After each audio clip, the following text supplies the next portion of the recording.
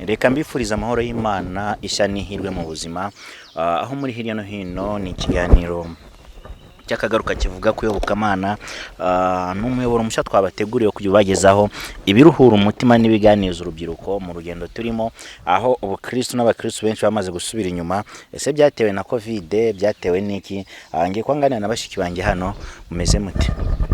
Tumeze neza, nta kibazo rwose, tumeze neza. Yes, bakwita Banyita Joyce. akakazina kandi Skibo. akandi Kemilembe. twagiye bakwita Mirembe Janet. Mirembe Janet.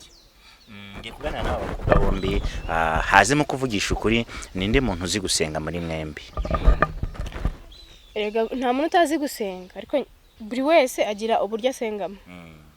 Iyo mvuze gusenga, hari gusenga mu buryo butandukanye kugira ngo ikiganiro kize kugenda neza n'abadukurikiye baze kubona ko turi mu mwanya umwe dushira imbere y'Imana. Okay, reka dusenge. Mana, turagushimiye kuba tuhurije n'abavandimwe, twaramutse ku bwawe, twibaho ku bwawe, utubabarire ibicumuro byacu kuko twavuze turacumura, turagenda turacumura. Tugiye gukora ikiganiro kikwerekejeho, uturinde mu byo tuvuga, tuvuge ibyo watuvugesheje. Izina ryawe Yesu wane natwe, amen.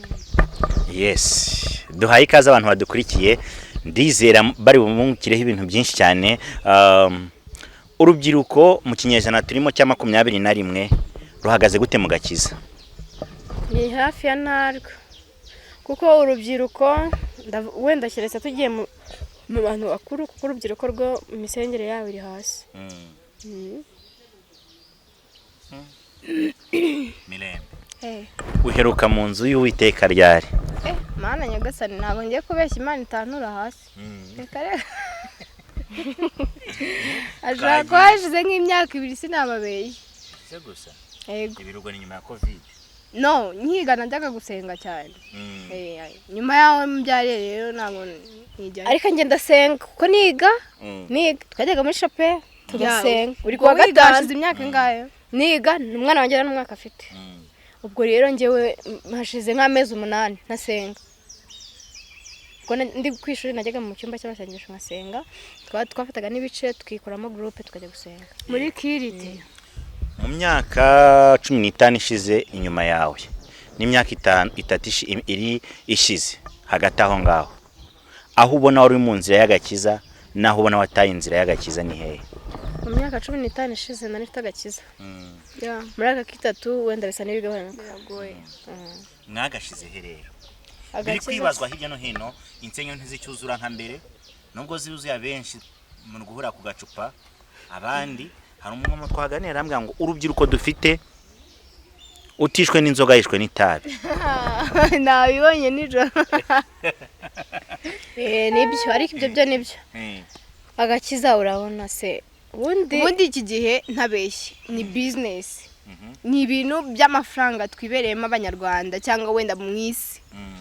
Iterambere riri kwihuta cyane ku buryo wenda ushobora gutekereza okay, ndabyukira mu nzu y'Imana nta mafaranga mfite, kubera ko Imana nayo ubwo yaratubwiye ni mu burubwenge nzabata. Of course tujye gusenga, ariko tugire n'imisi yo gukora twebwe. Ubumwe ari kusenge. Ako muri iki gihe gusenga biri hasi cyane kubera business yaje n'iterambere rihari n'ugushaka amafaranga. Niyo mutima wose uri.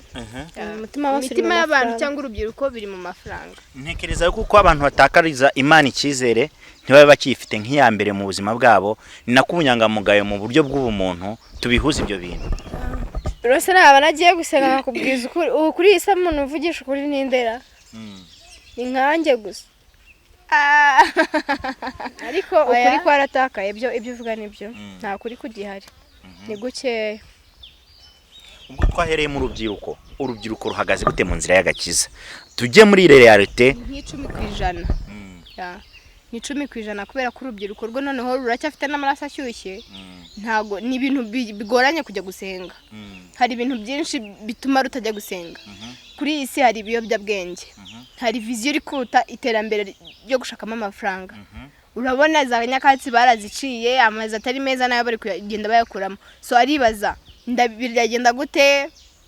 Shaka gusenga biri hasi cyane mu rubyiruko, kandi sinzi wenda simbacira urubanza, sinzi ko bizajya hejuru cyeka abantu bagiye babafasha tu. Ese koko ibyaha biri kwiyongera cyangwa biri kugabana? Biri kwiyongera.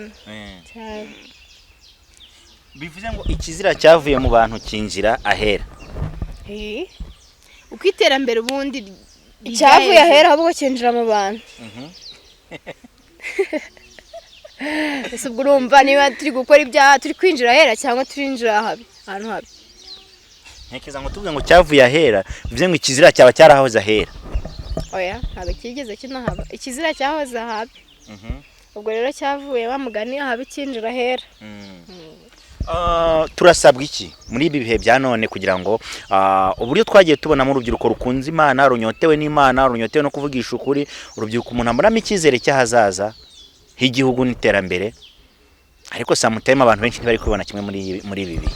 Ukuntu bimeze, abantu bwabo nabo nibige kuvugisha ukuri, n'abapasiteri b'iki gihe n'insengero z'iki gihe ziriho ubwazo ntabwo ziri clear ku buryo umuntu yaba occupé y'urusengero runaka. Ngende umuntu usanzwe ngiye gusengera urugero mu rusengero runaka, ndugezemo nsanze abanuza barwo, abakristo barwo nibo dusangira nijoro.